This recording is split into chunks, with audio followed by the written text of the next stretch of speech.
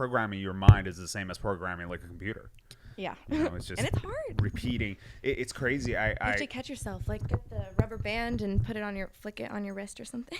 When I was a kid in elementary school, we had this, and I don't know if you guys did that, but like back in Iran, they would give us, our homework was to like repeat if we wrote an essay and like we spelled like the words wrong, you'd have to write it over and over write and over it again. over and over again. Yeah, so like you in The learn it. Simpsons when he's writing the same word on the chalkboard. Right. Over and over. Yeah, Okay. yeah, Cool. Yeah. Shout out Bart. What's crazy is that exercise to this day, I still do it on things that I want to accomplish. Yeah. Put it out there. Did you see Shawn Mendes's Netflix? His documentary, the Wonder one? Yeah. I just watched it actually like 2 weeks ago. So he pulled out the notebook that he had written all these things that he like was trying to accomplish and like manifest. Yeah. It was like a manifestation book basically. And he was writing down like, I'm going to be, I'm going to have like the #1 record like over and over. Dope. Just like write it down. Yeah. Yep. I have a little manifestation journal. Yeah, like, these are such like cheesy things. Yeah. But if you want to become successful in life, you got to do these things. Like it works, visualizing. And then you'll get addicted to it because it just feels good. It's like you get into a good routine and it like feels nice to do it. Yeah. Yeah. Like a technique that I use is I have a notebook next to my bed where I write down the goals that I have. So like it's like big picture goals. These are the things that I want to achieve, and then I have like to-do lists based upon like whatever it is that I have to accomplish, the smaller steps. We're like the same. And I my first thought when I was trying to do it was I thought to myself, I was like, oh, how can I make this? Because somebody said something to me where she said when you wake up, are you happy? I was working with one of my life coaches, and I said,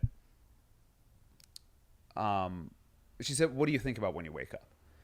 And for a moment, I was like, well, at that very moment when I wake up, I don't know if I particularly think about anything. I think about weed. Good one. Continue. Before it used to be different. Like after my latest relationship ended, for a while, whenever I woke up in the morning, I would constantly think about her. I wake up, the first thing I would think about was her. And it was like bothering me because after a year, you start to think to yourself, okay, what the hell is wrong with you? Like, right. You got to stop thinking about this girl. Yeah. And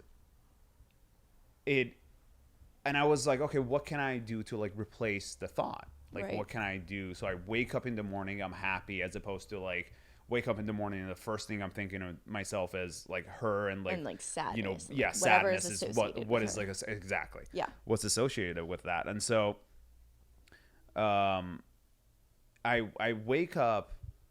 So as soon as she asked me that, I said, interesting. Like I have to like change that. So essentially the goal was now create a new habit, which I mentioned earlier. So that now the new habit was wake up. The first thing you do is open a book, this notebook that you've written for yourself. Right.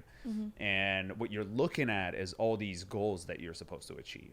Yeah, that's great. And so my mind becomes programmed with essentially the future that I'm creating for myself. Totally. And the crazy part that a lot of people miss is the fact that these things actually do happen. Right. In reality, what you manifest becomes reality. Right. And I think there's no way to fail. Yeah.